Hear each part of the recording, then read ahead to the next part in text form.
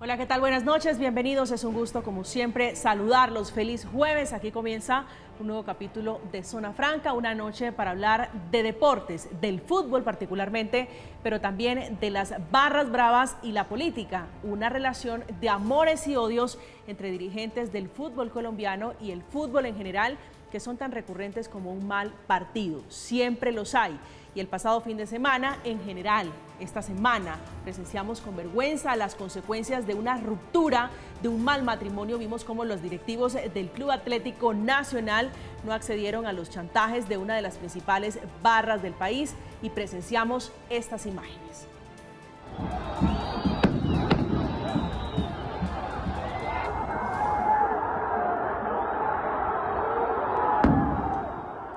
Las directivas de ese club no accedieron a seguir otorgando boletas y pagos por la seguridad a ese sector de la hinchada y ellos, los del sur, no les gustó y simplemente no permitieron hacer el partido. Para empeorar aún más las cosas, ese sector de los hinchas está obstaculizando que ese equipo juegue en su estadio. Por ejemplo, hoy el Atlético Nacional está jugando a puerta cerrada su partido de Copa Libertadores en Barranquilla. Fue sacada de su casa, que es Medellín. Por supuesto, todo hay que decirlo, ese sector de los hinchas tiene unos hinchas muy poderosos, apoyados y respaldados por el secretario de Gobierno de Medellín y el propio alcalde de esa ciudad, Daniel Quintero, quienes no se sonrojan en apoyar, a veces con disimulo, lo que ocurrió en Medellín. Pero lo del Atanasio y los del sur no son los únicos casos de barras bravas que se salen de control o hinchas a todo pulmón que han logrado mucho poder en los estadios colombianos con un apoyo de gran parte de la política colombiana. Basta ver cómo en Bogotá el club de Millonarios terminó dejando la tribuna familiar a una barra brava. Los casos abundan y esta noche vamos a intentar descifrar o responder interrogantes alrededor de esa mezcla nociva entre política, hinchas de barras bravas y el deporte, el fútbol en Colombia. Ese es el tema de conversación esta noche en Zona Franca. Bienvenidos.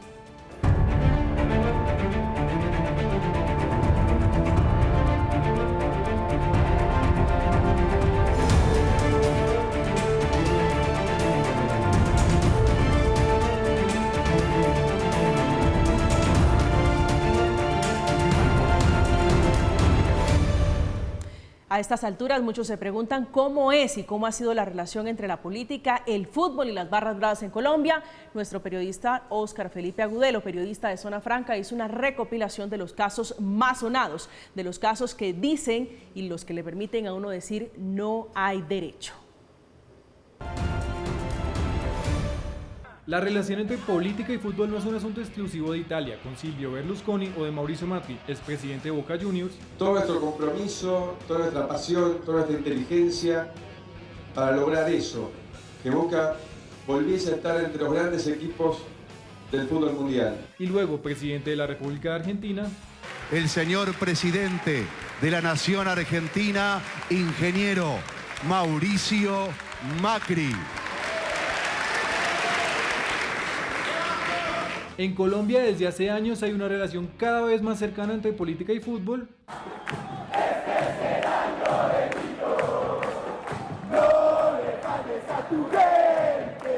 Que va más allá de los char con el Junior de Barranquilla. Quiero ser muy sincero con ustedes, no es nada fácil, es un negocio muy fuerte, muy grande, ¿no? Pero es más grande que lo de Borja. Junior siempre quiere lo mejor para su hinchada. Por ejemplo, en Manizales se logró elegir para la actual legislatura por el nuevo liberalismo a Juan Sebastián Gómez, líder de la barra Holocausto Norte. Soy uno de sus fundadores, uno de sus referentes y uno de sus líderes actuales. Una de las barras que causó serios desmanes en Manizales hace pocos días.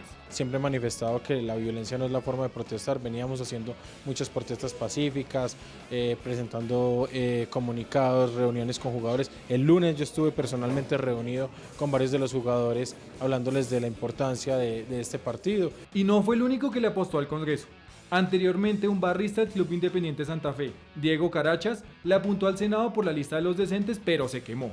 Hoy trabaja en el DPS, el Departamento para la Prosperidad Social. Yo me pongo la camisa número 12 por un Congreso decente.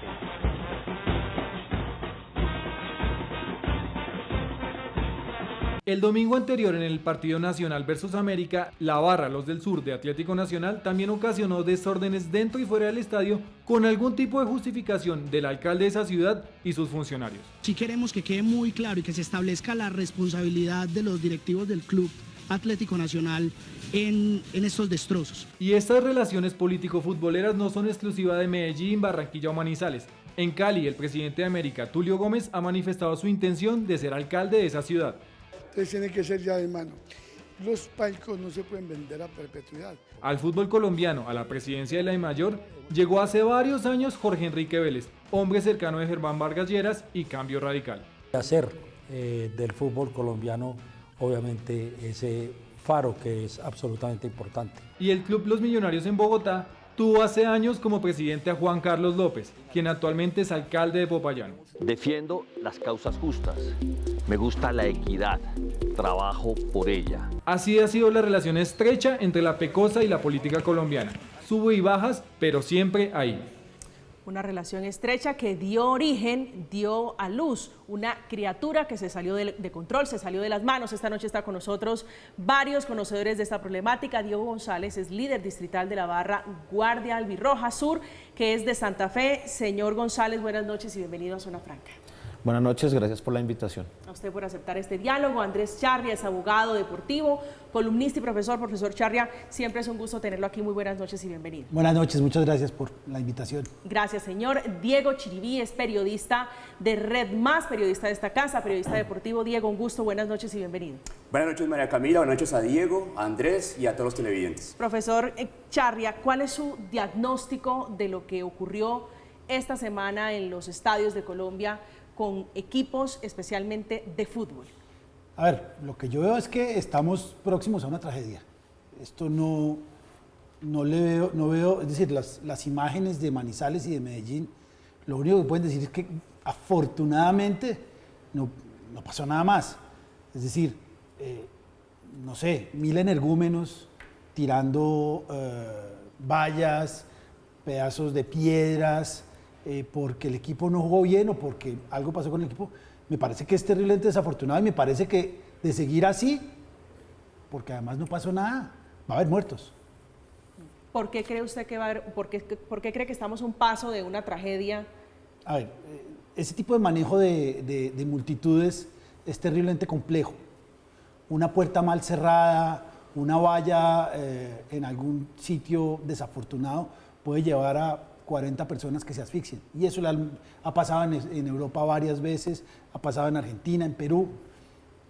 Y pues sabemos que nuestras autoridades, la logística no es la mejor. Y a mí me parece que es una bomba de tiempo que en algún momento va a estallar. Señor González, su reflexión, su análisis de lo que está ocurriendo alrededor de las barras bravas en Colombia. Bueno, no, yo quiero retomar algunas palabras del profesor como para hacer mi análisis. Yo pienso que las tragedias en el fútbol colombiano ya han sucedido. Basta recordar el 11 de mayo de 2005, donde en el propio estadio El Campín una persona resultó muerta y en donde habían muchas condiciones, muchos factores de riesgo que ocasionaron, por ejemplo, esa muerte. Y precisamente pienso, no haría un análisis tan pesimista, pienso que precisamente ese fenómeno, por lo menos a la barra nuestra, a la Guardia le sirvió para, digamos, afrontar ese problema y de pronto cambiar la realidad. Tomo dos elementos de los que habló Andrés. Uno, por ejemplo, el tema de la infraestructura de los estadios. Precisamente por eso y a partir de la realización del Mundial Sub-20 en los estadios de Colombia se retiraron las vallas que efectivamente eran un elemento muy peligroso a la hora de realizar evacuaciones o en las propias dinámicas de la barra. Y esto ocasionó precisamente que se establecieran grupos logísticos y de autorregulación que hicieran que las barras populares no invadieran las canchas. Yo pienso que no es un escenario pesimista hablar de que después de que se retiran las vallas de los estadios ha habido algunas invasiones de campo, algunas individuales, por ejemplo lo que pasó con el hincha del Tolima que ni siquiera pertenecía a una barra popular, agredió a un jugador. Y bueno, no sé qué pasó con él, a él lo capturaron, creo que él se entregó, no sé cómo la justicia operó con él, pero había legislación para hacerle ciertas sanciones, entonces no sé qué pasó con él. Ya, temas de barras actuando como colectivos, han sido muy pocas las invasiones de campo y habría que ver las causas que las ocasionaron, ¿no? Por ejemplo, nuestra propia barra, hace 1 año y medio, en un partido precisamente Santa Fe Nacional, hubo una invasión de campo que se desató. Esto de Medellín, del Nacional, no fue invasión de campo, fue en las tribunas, lanzando objetos. ¿Cuál es su lectura de lo que ocurrió allí? Lo que yo veo, lo que uno ve en los videos es que me parece a mí que la barra de los del Sur quería invadir la cancha efectivamente con algún propósito de no dejar jugar el partido, y lo que derivó de ello fue un enfrentamiento con la policía que no lo permitió. Pero pues fíjense ustedes que no se invadió la cancha, no se permitió la invasión, y lo que hubo fue 80 y pico heridos en un enfrentamiento entre la policía y el ESMAD, ¿no? Sí. Diego, su lectura. Más que una lectura, María Camila, son varios interrogantes, porque lo que aconteció precisamente en Medellín y lo que aconteció en Manizales no son casos aislados en el último año. Es que en Santa Marta, en Barranquilla, el tema de Cali venía bastante grave tanto por la hinchada del América como la hinchada del Cali. Yo me pregunto, ¿qué está pasando? ¿Será que hay algo detrás de eso? Esto es demasiada casualidad que se estén presentando tantos actos de violencia por parte de barras bravas, de hinchas de manera individual. Algo está pasando, ¿qué está pasando? ¿Qué está ocurriendo ahí? ¿Será que las autoridades han dejado pasar muchísimo? Hay varios interrogantes que planteo. No es lo mismo comparar el caso de Nacional, por ejemplo, comparar con el del Once Caldas, son situaciones distintas como las del Cali, pero ¿por qué en el último tiempo hay tanto recurrencia en ese tipo de actos? No sé si de pronto Diego nos puede aclarar un poquito qué puede estar pasando ahí. Aterricemos un poquito la discusión. Para usted, lo que ocurrió en Medellín fue un acto de extorsión de la barra brava a los directivos de Atlético Nacional. Yo no sé si está tipificado como extorsión, se puede tomar como extorsión. Para eso está aquí mi querido abogado, el señor Andrés Charria. Yo no podría tipificarlo. Profesor no Charria. Soy periodista, pero soy periodista, no abogado. No sé si eso es extorsión. Para mí, claramente, sí es una oposición clara entre la barra y la institución como tal. ¿Para usted es extorsión, profesor? Pues es una disputa. No conozco tampoco el origen. Pero la realidad es que hay una cantidad de gente que hace lo que le da la gana en el estadio. Que como no hay vallas, pues sí, ya no hay muertos asfixiados, pero saltan a la cancha, le pegan a un jugador, le pegan a los policías, salen a hacer lo que les da la gana. Yo creo que no son casos aislados, cada 8 días hay uno. Es decir, cada 8 días es una de las barras, alguna. Entonces, si no invadieron la cancha, no, pues, pero estuvieron a 10 centímetros, y si llega el ESMAD, entonces es que son violentos. Yo sí creo que a estas personas hay que sacarlas. Pero no estamos en esa discusión eterna de que a los violentos hay que sacarlos del estadio, y eso no ha funcionado. Nunca lo han sacado. Yo no sé si ha funcionado, no, nunca los han sacado. En Inglaterra lo sacaron y funcionó, y mejoró el fútbol. Acá no nos han sacado.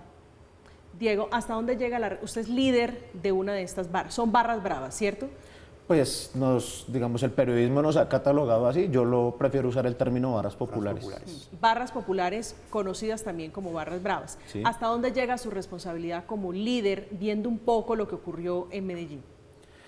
Bueno, no, lo primero es el mensaje que uno envía, ¿no? Si uno premeditadamente se pone a enviar mensajes, cosa que sería bastante torpe, que invadan, torpeen un partido, agredan a la policía, pues una barra es una organización muy grande que pudiera filtrar esa información de manera muy fácil. Entonces, digamos que uno como líder entiende que uno tiene una responsabilidad social y también un cuidado personal, porque uno no quiere cometer un delito, pues, o sea, yo no soy el líder de una barra para ser micromafioso. Yo tengo una profesión como cualquier otra persona, una familia como cualquier otra persona, tengo responsabilidades como cualquier otra persona y no me sometería a ese tipo de cosas. Pero liderar un conglomerado de personas alrededor de un equipo, alrededor de lo que usted quiera, ¿no le da a usted o no lo obliga a unas responsabilidades con ese título? Claro, es bien difícil y para allá iba. Entonces, lo primero es el mensaje que uno envía inicialmente como líder, ¿sí? Y lo segundo es que de pronto uno tenga que lidiar con las responsabilidades individuales o penales de algunas de los integrantes de la barra, ¿no? En el caso de La Guardia, por ejemplo, nosotros tenemos un primer reglamento interno donde precisamente hacemos unas sanciones internas para ciertos comportamientos. Pero, por ejemplo, si en una estación de Transmilenio hay unos desmanes o como sucedió en la cancha de Medellín, habría que entrar a unas investigaciones para valorar cuál es su responsabilidad efectivamente como instigador de un hecho como esos, ¿no? Yo vuelvo y lo repito. ¿El detonante de esto es una extorsión? ¿Para usted lo que ocurrió en Medellín fue una extorsión? Pues el abogado no se atreve a calificarlo como extorsión, yo menos, ¿no? Porque aquí habría que entrar, lo que le digo, a valorar. Es una disputa. Por ejemplo, qué responsabilidad tienen los líderes y quién está haciendo la extorsión, porque es que es muy ambiguo. ¿Quién hace la extorsión? ¿10.000 personas? Es bien difícil. La extorsión la entendería yo. Pero hay audios donde se deja por lo menos en evidencia de lo que pretendían ellos generando el caos en el estadio. Yo oí los audios y la lectura que hago es que eso es relativo y es bien difícil de comprobar eso, ¿no? Se podrían poner de acuerdo dos personas que me quieran sacar del camino y hablar algunas cosas, entre otras cosas porque, por ejemplo, en uno de esos audios hablan de que uno de los líderes de los del sur va a ir a un callejón, a un camerino a buscar. Y pues si el audio fue hecho anteriormente y eso no sucedió, pues prueba que de pronto el audio tiene ciertas inconsistencias ahí. Bien. Aquí hay una situación que es bien fundamental analizar, María Camila y compañeros, y es la relación y el vínculo contractual que existe, por lo menos entre el líder de los del sur, alias Pipe Bandido, estamos hablando de Felipe Ospina, si no recuerdo bien el nombre. Él tenía unos contratos establecidos y claritos con la alcaldía de Medellín. Yo quiero saber hasta qué punto realmente el hecho de que se sostengan estos contratos pueden abrir este tipo de caminos y llevar a las consecuencias que terminaron en el pasado domingo, cuando se rompen y se quitan precisamente esos contratos y esos privilegios. Hay una línea bien delgada ahí que quisiera, no sé, que Andrés y Diego analizaran al respecto de ese tipo de contratos. A ver, yo no sé lo de los contratos, pero quiero analizar 2 o 3 situaciones. Yo no entiendo cómo una barra saca a un niño menor de edad porque un jugador de fútbol le regaló una camiseta. Eso fue con Millonarios. Eso fue con Millonarios. Pero eso pasa en cualquier estadio. Pero eso pasa en cualquier estadio. Mi señor es de Santa Fe, yo soy de Millonario. No podemos ir a un clásico. Porque si el local es Millonarios, no puede entrar mi señora. Y si el local es Santa Fe, no puedo entrar yo. ¿De qué estamos hablando? Esto es fútbol. Entonces, permitirle a estos delincuentes, porque son delincuentes, no puede entrar al estadio. ¿Por qué? Porque no tiene la camiseta. O peor, me piden la cédula a ver si estoy de Bogotá o de Medellín. Yo creo que nos estamos desviando del camino. Estas personas ponen en peligro la integridad de las otras, pero además dañan el negocio y dañan el espectáculo. Entonces, pretender decir... Pero además hay unas cosas tan aberrantes como que Nacional tenía a esta gente como miembro de la logística. Por favor. ¿Quién es el padre de esa criatura? Porque alguien tuvo que haber llegado a contratar a los hinchas, a las barras bravas de Nacional. El anterior presidente nacional de la Cuesta dicen tenía... pero es que es absurdo. Es que es lo más absurdo del mundo. Que la barra brava sea la logística. Y cobraban, hágame el favor, por defender a la barra visitante, que no podía entrar al estadio. Entonces era, si usted no me da dinero, yo armo un escándalo, hago una batalla campal con ¿Eso no es extorsión? Sí, lo que pasa es que no conozco bien el tipo penal y van a decir, es que Charria está diciendo barbaridades. Bueno, ¿eso no es un chantaje? Eso es un chantaje, sí. Entonces decirle, si usted no me da dinero, hágame el favor, la barra de Nacional, yo no quiero a la barra de Millonarios, es que no se pueden ver. Pero entonces esta barra le dice a Nacional, deme 3 pesos, no sé cuánto le pedirá, para que yo no pelee con la barra de Millonarios. Pero repito, bueno, allá hay 20.000 en algún menos, pero sacar a un niño chiquito porque tiene una camiseta de otro, o no dejan entrar a una pareja de uno de Millonarios y otro de Santa Fe, los de Santa Fe y los de Millonarios, porque no estamos con el equipo de ellos. Perdón un momento, ¿cuántos equipos deportivos de fútbol tienen esa misma práctica como la tiene Nacional? No lo sé, no tengo ni idea, pero sé que hay varios equipos que regalan boletas, que dan trabajo, que conectan y conviven con las barras bravas. No entiendo para qué, pero lo hacen. Señor González, ¿cuántos equipos quería hacer una precisión respecto a lo que dice el abogado. Vea usted qué paradójico y qué difícil que es el tema, tan complejo que no se pueden hacer, para mí, unos análisis tan someros como de pronto se están haciendo en esta mesa. Fíjese usted que las personas que sacan al niño de la tribuna porque no era ni siquiera una barra brava, y era una tribuna, una platea. Pero es que esa es la cultura. Era una platea donde se supone que entra la gente con mayor poder adquisitivo, ¿sí? O sea, no es un fenómeno segregatorio de que es que porque allá esa tribuna entran en energúmenos porque son pobres o algo así, no. Era una tribuna con algún poder adquisitivo y energúmenamente sacan a un niño porque un jugador de Águila Río Negro le regala la camiseta. Entonces, yo pienso que habría que hacer análisis un poco más informados. Es tan inseguro con Si yo le cambio la palabra extorsión por chantaje, ¿me acerco un poco a lo que ocurrió con Nacional? Es que no sé, no conozco la situación. Yo sé, por ejemplo, otra precisión, Diego, los contratos de los que tal vez se hablan puede ser porque la gente de los del Sur tiene una empresa de logística y suscribió un contrato con su equipo, el Club Atlético Nacional. Hasta allí, a mí me parece que está dentro de un marco legal. Claro, está sobre la mesa. Es bastante dudoso más bien de que si porque a mí no me siguen dando mi contrato, yo retiro la logística, invado la cancha, ya me parece que es un tema falto de ética, de profesionalismo de esa propia empresa, ¿sí? No sé si llamarlo extorsión, puede ser una manera de presionar a un club para que sostenga un contrato que tal vez Nacional no quiso suscribir. Igual hablo desde el desconocimiento, no sé qué haya ahí en medio de esas dos. ¿En Santa Fe esa figura aplica? No. ¿Pagarle a las barras bravas? No. En Santa Fe tiene su propia logística, que es la empresa Tienda Roja.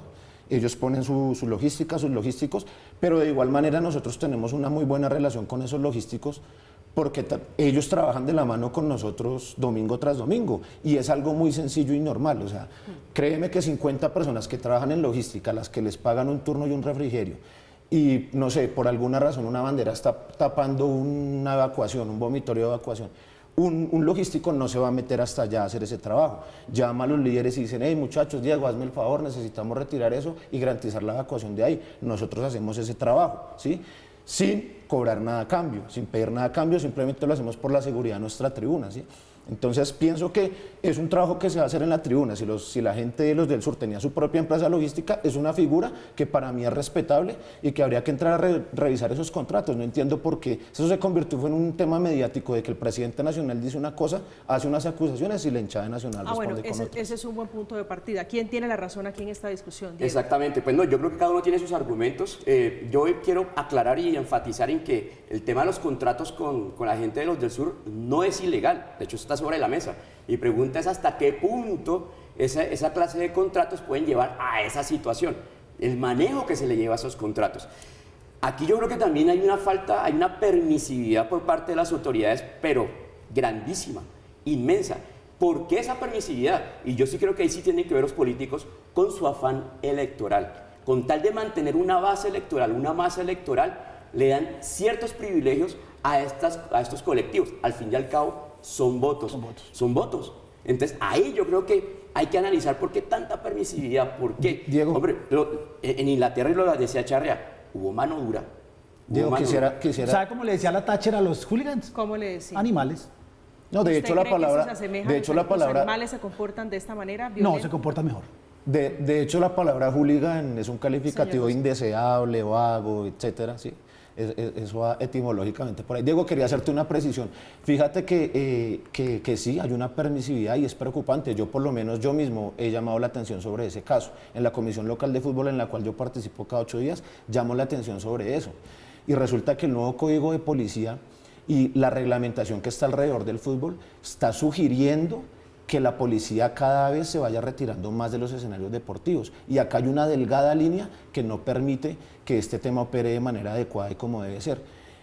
El fútbol como evento privado se desarrolla en escenarios públicos.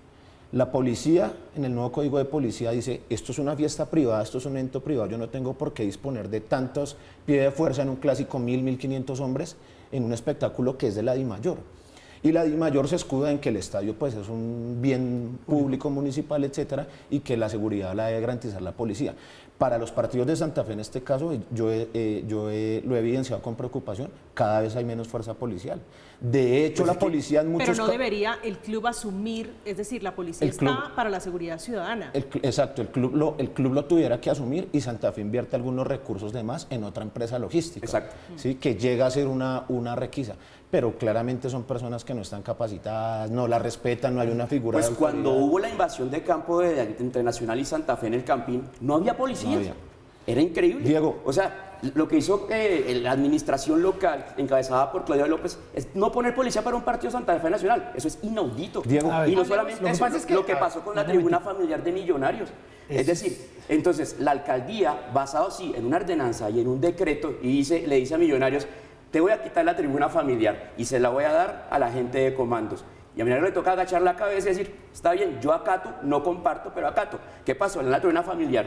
Y la gente de los comandos, en contraprestación, 15 días después, estaban lanzándole piedras a los buses de Medellín. ¿Por qué esa permisividad? Mire, yo lo que creo es que si uno ve el fútbol llamémoslo desarrollado, no hay policía en el estadio, no hay energúmenos en el estadio. Entonces uno va a Inglaterra y ve niños y ve viejos, porque no hay nadie saltando y obligándome a saltar, porque el estadio es seguro, es cómodo, es amigable. ¿Existen barras bravas? No, en el estadio, en los estadios ingleses no, afuera sí que, y es problema de la policía, se pegan afuera, West Ham y Millwall, pero en el estadio no. Pero yo quiero hacer una reflexión. Matt Damon, el actor, narra con horror que un día decidió ir, porque la esposa es argentina, decidió ir a un partido de Boca, y le dijeron, bueno, vamos la señora y los hijos. Dijo, no, es que el fútbol en Sudamérica no puede ir ni niños ni mujeres. Allá vamos a llegar cuando dejen que los que manejen el fútbol sean los del aguante. ¿Yo qué creo? Que el fútbol debe ser un espectáculo familiar. Tener 100 barras bravas implica 100 policías, implica pólizas de seguros, implica una cantidad de cosas costosas. Tener 100 familias implica 10 personas que organicen.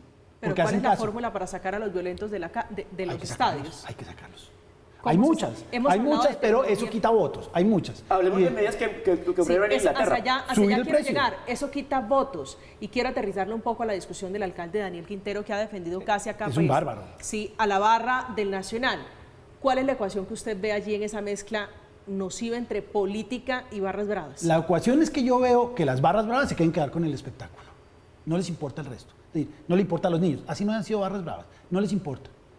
Repito, no podemos ir con camiseta roja y azul porque o el de rojo o el de azul se ponen bravos. Entonces, ¿y qué le interesa al político?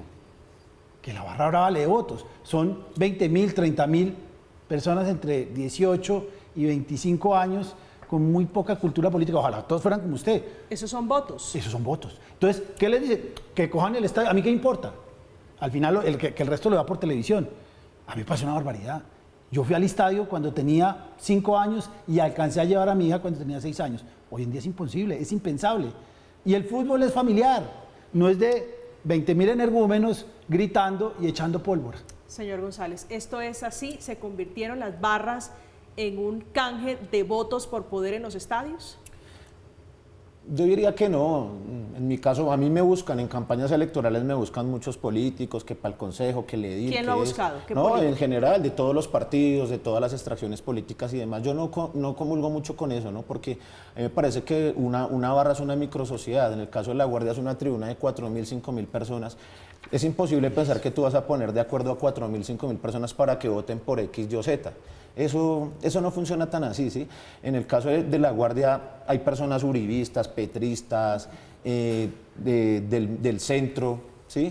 Algunos se organizarán y en su barrio entonces harán campaña por X o Y político. De hecho, en La Guardia, por ejemplo, hay una famosa foto una vez que me entraron una bandera de Petro y la pusieron en el frente de la barra. A mí no me gustó y a otros tampoco nos gustó mucho eso y se generó un debate interno frente a eso. Y los que me conocen saben que nunca he estado de acuerdo que La Guardia se politice, precisamente por eso, no me parece. No es tan así, no sé cómo funciona. Pero Diego, recuerda que hay un colectivo de barras, que es Barras Colombianas por la Convivencia. En general, este colectivo apoyó la actual administración de Gustavo Petro. Fíjese lo paradójico y la confusión de eso. Nosotros nos organizamos, nosotros hacemos parte de ese colectivo y en el estallido social de hace un año, de hace 2 años, nosotros convocamos a las barras, llegaron cerca de 1.200 personas de toda la ciudad para la protesta, pero no era pues como se dijo que asusados por X, Y o Z, como se dijo en algunos medios. Fíjese que nosotros allí estábamos haciendo una reclamación del plan de inversión, del plan decenal. Eso fue en enero. Y 4.900 millones de pesos que no se sabe qué pasó con eso. Resulta que paradójicamente el gobierno de Iván Duque, al final de ver ese reclamo, nos llama y dice, bueno, ¿qué fue lo que pasó? El hombre mira la política pública, dice, esto se había quedado fuera del Plan Nacional de Desarrollo, sí, ejecutemos estos recursos a través del Ministerio del Deporte. Cambio de gobierno, llega María Isabel y esa plata se perdió en 4.900 millones de pesos. Que eran para proyectos de barrismo social, ¿sí? Que son cosas en las que, por ejemplo, digamos, en el análisis respetable que hace, nada compartible es lo que usted habla del informe Taylor, todo el tiempo y se refiere a sacar esos indeseables del estadio en una sociedad muy diferente a la sociedad colombiana, porque en Inglaterra el poder adquisitivo de las personas que van al estadio, a la Liga Premier, es muy distinto a lo que es la Liga colombiana y el poder adquisitivo de quienes vamos a una tribuna popular, y eso no nos hace a todos indeseables ni violentos. Quiero volver, Diego, a la discusión de la política con el fútbol, o más que con el fútbol, con este conglomerado, estas barras, para preguntarle por un personaje que ha orbitado alrededor de la discusión de Atlético Nacional, y es Juan Pablo Ramírez, que es el secretario de Gobierno de Medellín. A ver, Juan Pablo Ramírez, evidentemente por algunas imágenes y registros audiovisuales, él claramente ha hecho parte de la barra de los del sur. Yo sí quiero decir que ser hincha o ser barrista no está contemplado como un delito en ninguna parte, para nada. Él puede ir a la barra perfectamente. A mí lo que no me gusta es que... Pero usted puede ser juez y parte, es decir, en una discusión...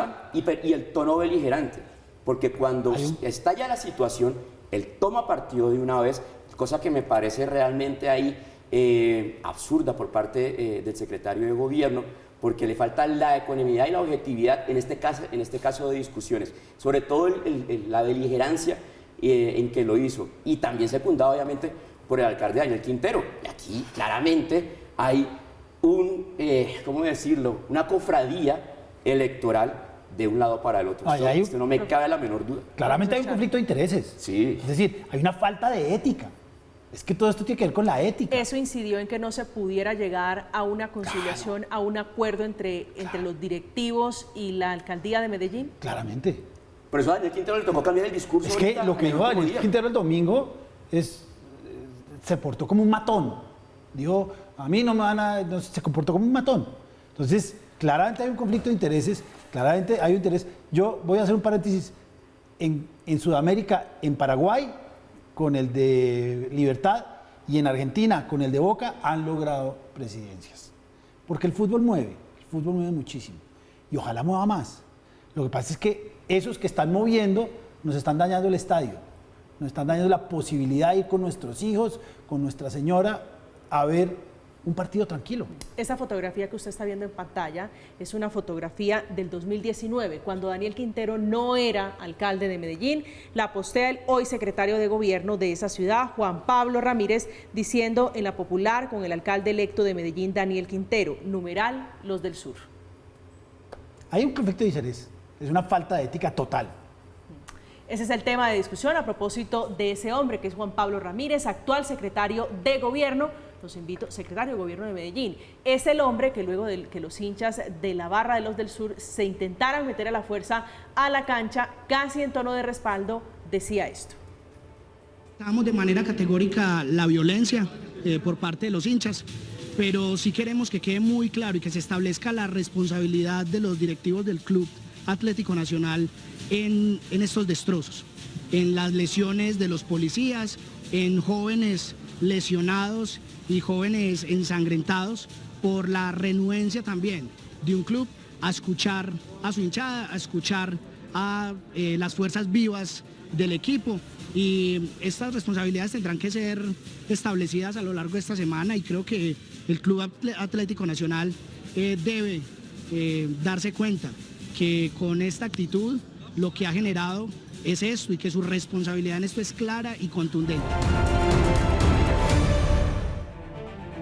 Estamos de regreso esta noche de jueves hablando de fútbol, de barras bravas y de políticas y de políticos. A propósito de los hechos violentos, otros hechos bochornosos de esta semana ocurrieron también en Manizales. Allí barras bravas como la del Holocausto Norte se metieron a la cancha protagonizando disturbios, desmanes, y sobre eso habla Juan Sebastián Gómez, que es líder de esa barra y congresista de la República. Increíblemente, un congresista en ejercicio, el del nuevo liberalismo, es uno de los hombres que mueve esa barra brava.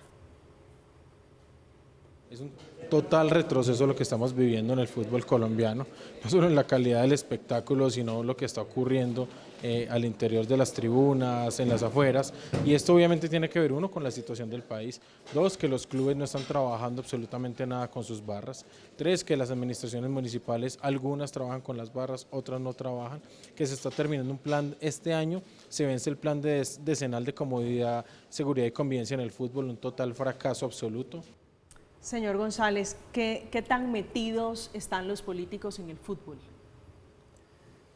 Pues llegan, buscan votos, toman sus curules, sus cargos y digamos que se olvidan de trabajar por el tema del fútbol. Ustedes, me perdonan la pregunta y de antemano le ofrezco excusas si se siente ofendido. ¿Se prestan para ser idiotas útiles de los políticos? Como toda la sociedad, pienso yo. Hay una famosa canción vieja de que llegan, prometen puentes donde no hay ríos y cuando están no sucede nada con ellos, ¿no? Pienso que sí, y muy al contrario de lo que dice Andrés, me parece que los políticos deberían meterse más en el tema del fútbol. De verdad, mire, el plan decenal, si alguien se sienta y lo lee, extrae las cosas, por ejemplo, el componente pedagógico, incluso el componente represivo, pienso que es una muy buena receta que pondría a Colombia muy bien en el panorama internacional en el tema del tratamiento del fútbol. Pero es un tema que se quedó muy bien en la formulación, en el papel muy bonito y nunca funcionó. Es que mire, la carnetización. Eso iba, ustedes cuestionaron eso, yo no el sistema de validación. Porque es que no pienso que la carnetización... La plata se la tumbaron. Más allá de eso, fíjate, eso no sirve. Bueno, todos eso... tenemos un carnet que se llama cédula de ciudadanía. No y hoy en día la Big Data, la minería de datos, la conectividad por Internet da para que tú identifiques una persona en segundos. ¿Eso es así? ¿Que se robaron esa plata? Claro, se la robaron. Claro. A nosotros nos coaccionaron y nadie habló de extorsión en ese entonces. Se jugaba la final del fútbol colombiano entre Santa Fe y Millonarios. ¿Qué iba a pasar? El Campín iba a estar lleno dos domingos consecutivos. Y toda la hinchada de Millonarios y toda la hinchada de Santa Fe quería entrar a esa final. ¿Qué dijeron en la DIMAYOR? Tienen que presentar a la entrada de ese partido un carnet, 12.900 pesos. Hubo un desborde, la gente de Tu Boleta fue el operador logístico de eso, todo el mundo se carnetizó, yo me carneticé, todos se carnetizaron y con el dinero nunca sucedió nada. ¿Hace cuánto tiempo está usted en la barra La Guardia Albirroja? Yo entré a la barra en el año 97, tengo 40 años, son 23 años. Entró pelado. Entré muy niño, 13. Muchacho, jovencito. Joven. Sí, ¿usted tiene la misma percepción, el mismo síntoma del profesor Charria de que esto va a terminar los estadios de Colombia en manos de las barras y las familias afuera o en sus casas viendo los partidos por televisión? No, yo no sería tan pesimista. Fíjese que yo viajo mucho a ver a Santa Fe, a otros países y he conocido barras en México, en Perú, en Ecuador, en toda Sudamérica. Creo que he conocido líderes de otras barras y fíjese que el modelo colombiano es un modelo muy interesante y muy chévere porque es en el único lugar del mundo en el que se le da el reconocimiento al barrista como un actor social. Ustedes no saben lo que las barras hacemos en materia social. Miren, La Guardia, nomás por citarle un caso, La Guardia Albirroja Sur tiene un club deportivo en donde asisten 120 niños. Tenemos 3 sedes en 3 localidades de Bogotá. Para cobrarle una mensualidad a un pelado que vive en el barrio Sierra Morena, Candelaria La Nueva, en Lucero, de 40.000 pesos. Y hacer es un modelo de círculo virtuoso en el que yo cojo 20 pelados barristas que estén terminando estudios, por ejemplo, en entrenamiento deportivo, cultura física, y ponerlos a trabajar ahí. ¿Qué pasa? Van haciendo sus pasantías, van sumando horas de trabajo, van haciendo una hoja de vida y a su vez van beneficiando niños de barrios. Ese no es el problema, el problema son los sinvergüenzas. Tiene todo que ver porque es la organización de la barra. Cualquier persona, tú no me invitas acá, cualquier persona le hablan, el Piojo, el de La Guardia, debe ser un gamín, un delincuente, debe vivir del club, etc. Y no se dan cuenta el trasfondo de lo que es una barra, una organización social, ¿sí? Entonces yo pienso que no sería tan pesimista, y creo que trabajar realidad con un apoyo estatal, de mano de las autoridades. Mire, los primeros intereses. ¿Qué sanción, señor Diego, sería justa o ajustable a lo que pasó en Medellín, a lo que pasó en Manizales para esos hinchas? Mire, hay por lo menos 4 normas, leyes que tipifican eso. La ley 1270, la ley 1445, el Estatuto del Aficionado de 2009.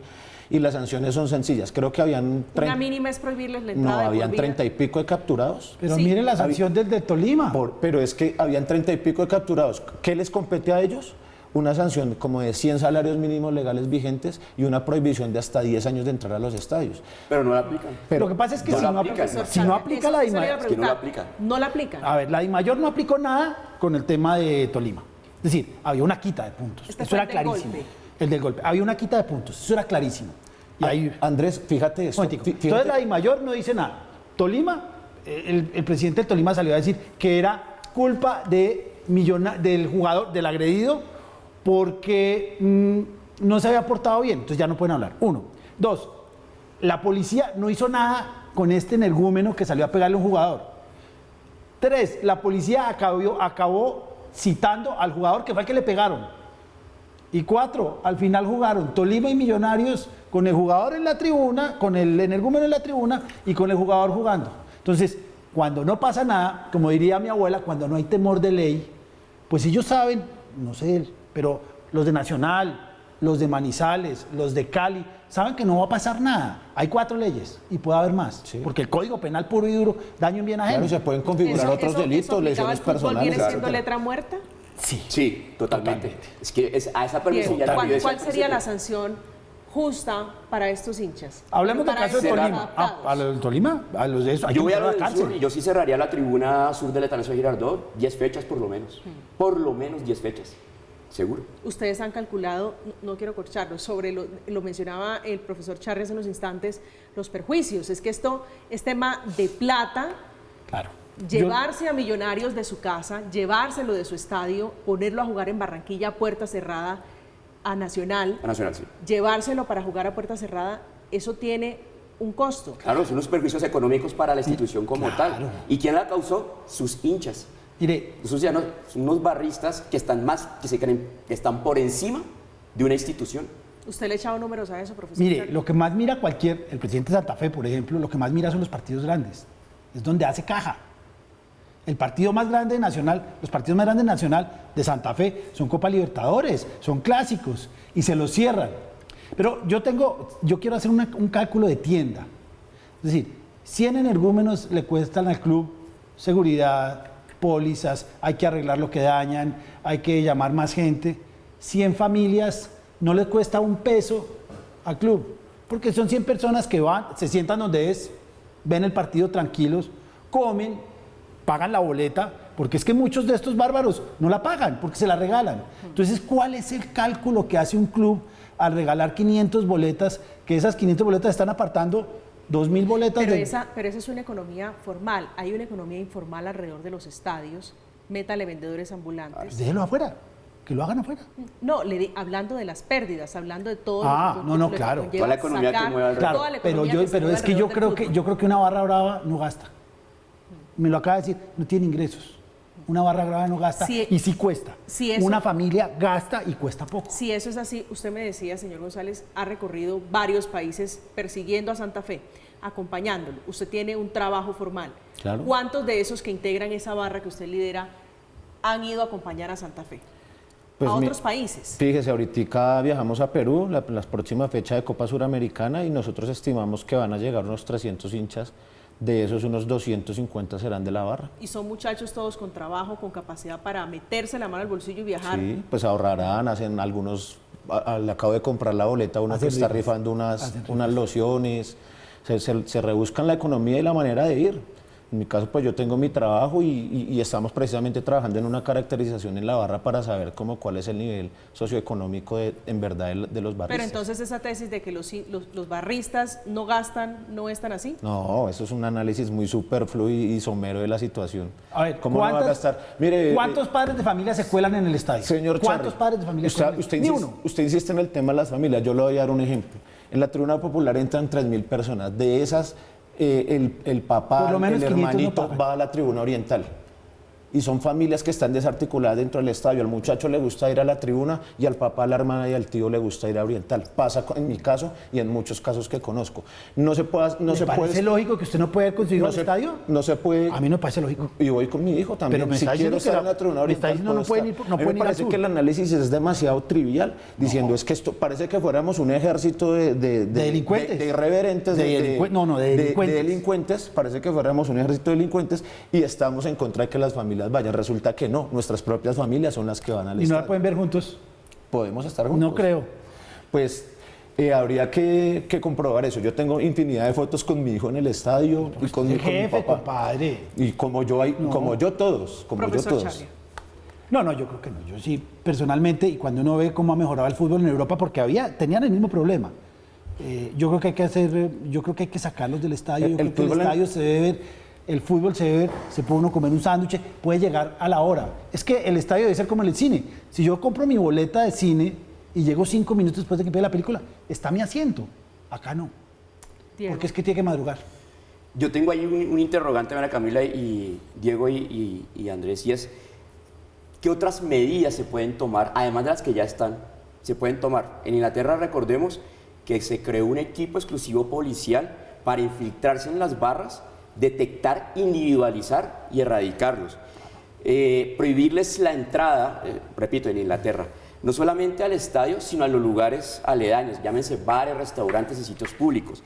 Y se sancionaban a las empresas de transporte aéreo, tren, carros, bus, que lo llevaran de un sitio a otro. Esa fue la mano dura que se estableció en su momento. Estaba escuchando al secretario de Gobierno, perdón un segundo, Diego, estaba escuchando al secretario de Gobierno de Medellín pedir que se investigue si hay responsabilidad de los dirigentes del fútbol en Medellín. ¿Usted cree que eso tiene sentido, tiene lógica, tiene cabida dentro de la discusión de lo que ocurrió en el estadio? Pues mientras hay una investigación, cualquiera bienvenida, que nos lleve a conclusiones y capturar culpables, pues bienvenida. Diego, fíjate que esas 3 medidas que hablaste, digamos, para digamos, dar como solución a este problema, hay 2 que dentro de la legislación están incluidas en Colombia. Por ejemplo, en Colombia, el deber ser es que haya un cuerpo especializado de policía, primero. El segundo, que las barras trabajen en temas de responsabilidad social empresarial con sus clientes, con sus hinchas. Ninguna de las 2 sucede. Y tercero, el tema de la individualización en los accesos, el control de acceso, clave, pero clave y reclave. Y está incluido, tipificado dentro de la ley, y no ha habido inversión para eso, porque el Campín es un estadio viejo. Bueno, fíjese usted curiosamente quería terminar con esto que tú mencionaste. Y tiene que ver con la inclusión o la relación política-fútbol, que es como el tema central de este debate. Fíjate que yo me pregunto cuál es la relación política-fútbol, que sé yo que, por ejemplo, en el Ministerio del Interior, el ente de inspección, vigilancia y control no ha determinado investigaciones, en la Fiscalía no terminan las investigaciones por el dirigente, presidente de la Federación Colombiana de Fútbol, que revendió las boletas de Colombia jugando en el Estadio Metropolitano de Barranquilla. Miles de millones en reventa. Sí, ahí no ha pasado nada con esas investigaciones. Termino. Tengo que ir a comerciales. Usted mencionaba el tema de las cámaras, el tema de identificación, individualización, que es lo que dice usted. Paradójicamente, lo primero que dañaron en Medellín fueron las cámaras con las que logran identificarlos. Pero vamos a hacer un breve pausa comercial, es un corte, nos vamos con estas imágenes, las imágenes de la semana sobre disturbios de barras bravas. Pasó en Manizales la barra Holocausto Norte, que se metió a la cancha del Palo Grande en Manizales. Hacemos una pausa en Zona Franca, ya regresamos.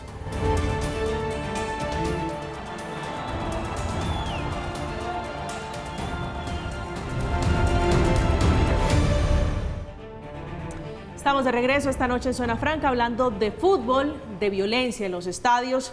Diego, su reflexión final sobre esta discusión de hoy. Aquí efectivamente hay un conflicto de intereses, aquí hay unos intereses particulares de algunas personas que quieren poder, tanto político como público, llámense barristas, o unos que ya están establecidos con base en los barristas. Y una solicitud precisamente a los mismos barristas, más allá de que obviamente no cometan actos violentos, identifiquen, señalen y culpen a los que tienen alrededor que hacen esos actos violentos, porque la omisión y hacérselos de la vista gorda también complica la situación. Señor González. No, yo pienso que el tema está sobrediagnosticado, está sobrelegislado, que se cumplan las leyes, que se siga trabajando en el tema de la individualización y que a las barras se les apoye con el tema de sus proyectos de barrismo social, que fortalezcan las bases de las barras con ese tema, con temas de empleabilidad, educación, acceso a los trabajos, etcétera. Yo creo que hay que fortalecer eso está escrito dentro del plan decenal, invitar a nuestros amigos congresistas, diputados y demás, de que ahora que el plan decenal cumple los 10 años, se vence y fue absolutamente inútil, piensen en reformular uno y nada, y vuelvo y lo repito, los principales beneficiados... 4 años, querido amigo, ya las elecciones pasaron. No, me refiero a que el plan se vence el próximo año, era de 2014-2024. Estoy usando un poquito el sarcasmo para decirle que en 4 años, cuando necesiten los votos, aparece. Okay. Profesor Charria, su reflexión final. Yo creo que los clubes se tienen que desligar de las barras, siendo un poco menos caliente que lo que estoy. Yo creo que los clubes se deben desligar de las barras. Creo que Nacional cometió un gran error hace mucho tiempo y se ha dicho mucho en, por ejemplo, pedirle la logística a los del sur. Creo que el primer paso es desligarse, es entender, a mí me parece que no deben estar, pero digamos que sí, pero entender que no tienen nada que ver con las barras, que son unos clientes más que hay que atender, que compren su boleta, pero que no pueden atentar contra la comodidad y la seguridad en el estadio. Andrés Charria esta noche, abogado deportivo, columnista y profesor, hablando de barras bravas y de deporte aquí en Zona Franca. Profesor Charria, un gusto como siempre, gracias por acompañarnos. Muchas gracias. Compañero Diego Chiribi, un placer tenerlo aquí. Igualmente, María Camila, gracias Diego, gracias Andrés y gracias a ustedes. Diego González, líder distrital de la barra Guardia Albirroja Sur de Santa Fe, esta noche hablando de su tema, de barras, hablando de los hinchas de equipos deportivos en Colombia como consecuencia y como un escenario de violencia. Señor González, gracias por acompañarnos esta noche. No, gracias a ustedes por la invitación. Sobre el diagnóstico, sobre la situación del fútbol, de la violencia, de los estadios en Manizales y en Medellín. Esta noche ese fue el tema de conversación. Llegamos al final, gracias por acompañarnos. Los dejamos con la programación habitual de Red Más. A continuación, Placeres con Flavia. Hoy como invitada Patricia López, hablando de la alimentación, del estilo de vida keto. Que tengan una feliz noche, que descansen. Gracias.